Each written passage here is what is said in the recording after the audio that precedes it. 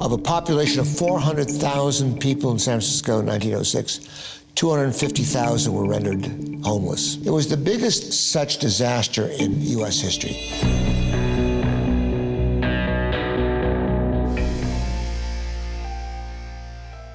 San Francisco, in the advent of the quake, was a pretty happy city. There had been a deep depression in the 1880s and 90s, and that depression now ended, so there was a tremendous prosperity in the country and in San Francisco.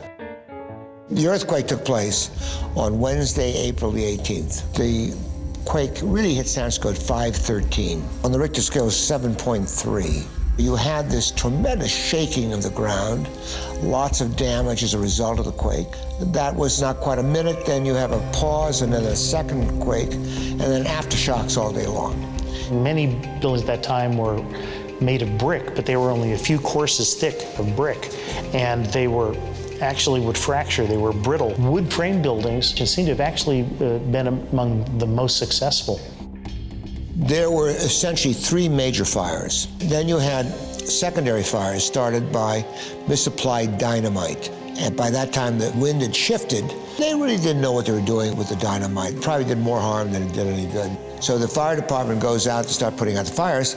And of course, they put the hoses on the hydrants and no water comes out because the major mains have been broken bringing water in. And so the fires begin to run unchecked. 4,900 acres were destroyed, the entire downtown area, the entire transportation system. It was enormous. The official estimate of people killed were 456. We realized there were more than that. The national government under Teddy Roosevelt wanted to keep the disaster numbers down, so he probably lied about the 456. It's been estimated 3,000 people died. The city was rebuilt in about 3 years, between 1906 and 1909. San Francisco is full of buildings that survived the quake, but they don't bear the scars. That's the thing. Even if the interiors didn't make it, the exteriors did.